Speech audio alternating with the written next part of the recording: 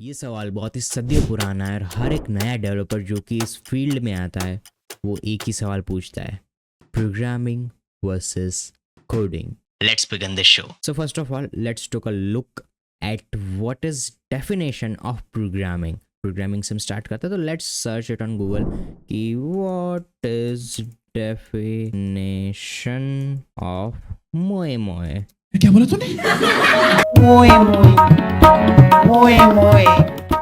We are searching for programming, so search programming. ठीक है, so according to Google, programming is the process of writing instruction for computer to follow in a language that computer can understand in order to solve a problem. So programming equals logic. आपने जितनी भी बार programming का नाम सुना होगा उतनी बार logic का तो कहीं ना कहीं आपने जिक्र किया ही होगा। आपने पाइथन सीखी, ठीक है, पाइथन के सिंटैक्स को सीखा, उसके अंदर कोड किया, अब तुम उसके अंदर बनाते हो कैलकुलेटर। अब उस कैलकुलेटर के अंदर तुम वैल्यूज डालोगे, इनपुट लोगे यूजर से, उसके ऊपर ऑपरेटर लगाओगे, उस ऑपरेटर को और दो नंबर को ऐड, माइनस, सब्सट्रैक्ट जो भी करना हो, उसके लॉजिक को हम बोलते हैं प्रोग्रामिंग। यानी कि जो कोर लॉजिक होता है जिससे प्रोग्राम काम करता है। अब उसके अंदर हम सिंटैक्स का भी यूज करते हैं, जो भी चीज़ हमारी प्रोग्रामिंग की होती है उसका भी यूज करते हैं, एंड हमारे ह्यूमन माइंड के जो लॉजिक्स होते हैं, जो कि फॉर्मूलाज हमने मैथ्स के अंदर बनाए। मैथ्स और प्रोग्रामिंग बहुत ही कंप्लीटेड है, दोनों एक सिबलिंग्स की तरह है।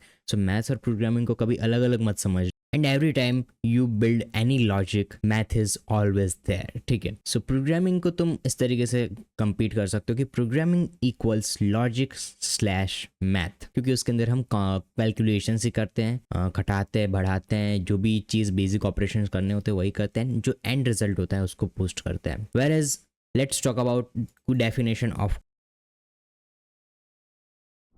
So according to Google, coding is a process of writing instruction in a coding language that computer can use to perform a task. अब इसका मतलब क्या हुआ भाई? दोनों तो सेम नहीं लग रहे हैं ना। प्रोग्रामिंग में हम प्रॉब्लम को सॉल्व कर रहे थे, कोडिंग में हम टास्क को परफॉर्म कर रहे हैं। डिफरेंस क्या है solving a problem and giving a task? So let's talk about that. So जैसा कि हमने प्रोग्रामिंग के बारे में बात किया था कि programming equals logic and math, coding equals जो कि बेसिक जो प्रोग्रामिंग लैंग्वेज आप यूज कर रहे हो, वेदर इज सी, पाइथन, जो भी प्रोग्रामिंग लैंग्वेज हो आपकी, उसका सिंटैक्स, उसके अंदर कोड लिखने का तरीका, उसके मैनर्स, उसके रूल्स, उसके जो भी इंस्ट्रक्शंस होते हैं उनको फॉलो करके तुम एक चीज बनाते हो। फॉर जस्ट लाइक अगर मैं एक एग्जांपल दूं, मैं एक वीडियो देख रहा था मेरी पाइथन इन वन वीडियो। अब उसको देख के मैंने एक फाइल बनाई hello.py, उसके अंदर मैंने लिखा print hello world and run किया। So it's a code, it's a line of code जो कि मैंने रन किया लिख के। उसके अंदर ना ही मैंने कोई लॉजिक डाला, ना ही मैंने कोई मैथमेटिक कैलकुलेशंस की, ना ही मुझे कोई फॉर्मूलाज का यूज करना पड़ा। वेयर देयर अगर मैं फुल्ली फंक्शनल कैलकुलेटर बना रहा हूँ, एडवांस कैलकुलेटर बना रहा हूँ जो कि बहुत ही एडवांस चीजें कर रहा है, तो मुझे लॉजिक की जरूरत पड़ेगी, मुझे अलग अलग मॉड्यूल्स की भी जरूरत पड़ेगी, एंड मैं उन सबको कैलकुलेशन करूंगा, उनके फॉर्मूला बनाऊंगा इन प्रोग्रामिंग, उनको यूज करूंगा, उसके अंदर ऑपरेटर्स को लगाऊंगा जो कि प्रोग्रामिंग लैंग्वेजेस में यूज किए जाते हैं, अरिथमेटिक, असाइनमेंट, जो भी और भी बहुत सारे तरह के ऑपरेटर्स होते हैं, मैंने बताया कौन कौन से ऑपरेटर्स होते हैं, उन सब का यूज करके हम एक लॉजिक क्रिएट करते हैं।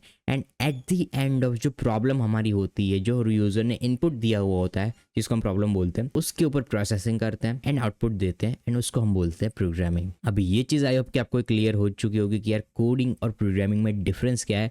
कई लोग कोडिंग और प्रोग्रामिंग को एक दूसरे के स्वैप में यूज कर लेते हैं, it's a good thing, but अगर आप किसी ऐसे बंदे को जो कि बहुत ही कैलकुलेशंस करता है, बहुत ही हैवी लॉजिक बनाता है, एंड उसको अगर आप कोडर कहते हो तो आप गलत हो, क्योंकि वो बंदा बहुत ही अपने दिमाग को यूज करके एक लॉजिक बिल्ड करता है एंड आप उसको कोडर कहते हो। वैसे कि कोडर की डेफिनेशन वो होती है जो कि सिर्फ सिंटैक्स और रूल्स एंड रेगुलेशंस को यूज करके प्रोग्राम बनाता है, weather he is a programmer जो कि अपने लॉजिक को इंप्लीमेंट करता है, मैथ को इंप्लीमेंट करता है, माइंड में कैलकुलेशन करता है, ट्रायल एंड एरर करता है, एंड उसके बाद जो प्रॉब्लम तुम देते हो उसको सॉल्व करता है। So he is a programmer and you are जो कि जस्ट कैलकुलेशन भी कुछ नहीं कर रहे हो, डायरेक्टली बस हेलो वर्ल्ड प्रिंट किए जा रहे हो। अपने आप को प्रोग्रामर नहीं बोल सकते ना यार।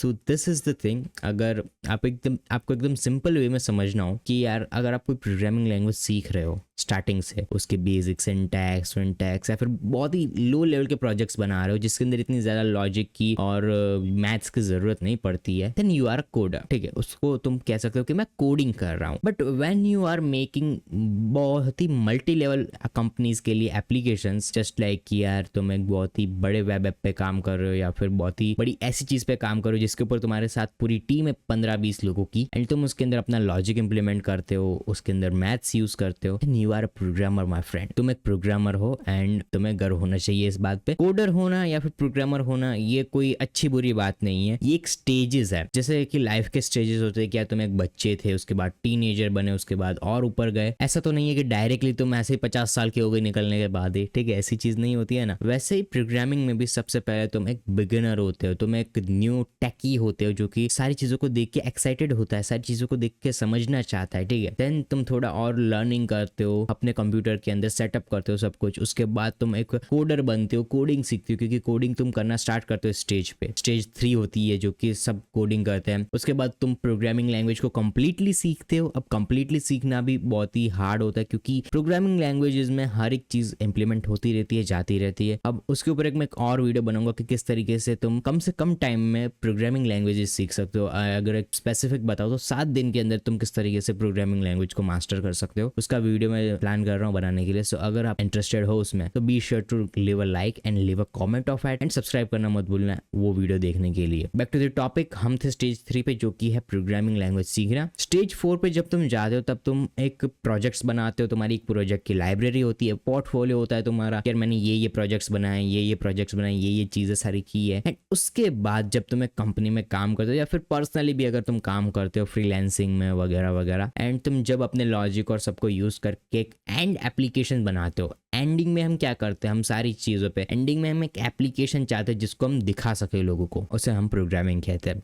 सो आई होप कि तुम्हें ये सारे जो कंफ्यूजिंग सेंटेंसेस है, प्रोग्रामिंग, कोडिंग एंड उसके बाद और भी बहुत सारे टर्म्स होते हैं कि यार ये एल्गोरिथम ये है वो है, उन सब पे हम नेक्स्ट वीडियो में बात करेंगे। बट आई होप कि तुम्हें ये वीडियो अच्छा लगा होगा and you got the point कि यार प्रोग्रामर कौन होता है, कोडर कौन होता है। सभी लोग इधर सीखने ही आते हैं, लर्न करने आते हैं। कुछ लोगों की स्किल्स थोड़ी नीचे होती है, कुछ लोगों की स्किल्स थोड़ी ऊपर होती है, जस्ट यही डिफरेंस होता है और कोई डिफरेंस नहीं होता है। इधर ऊपर नीचे का कोई सिस्टम नहीं है इस इंडस्ट्री में। ठीक है, सो बस आई होप कि तुम्हें ये वीडियो अच्छा लगा होगा। अगर तुम्हें ये वीडियो अच्छा लगा हो दिल से तो प्लीज लाइक करना मत भूलना। एंड अगर आपको 7 दिन के अंदर प्रोग्रामिंग लैंग्वेज सीखनी है देन फॉलो एंड सब्सक्राइब करना मत भूलना। फॉलो हमारे डीकोड बाइट्स वाले पेज पे कर देना। मिलूंगा आपसे नेक्स्ट वीडियो में नेक्स्ट टॉपिक के साथ। तब तक के लिए गाइस स्टे ट्यून्ड।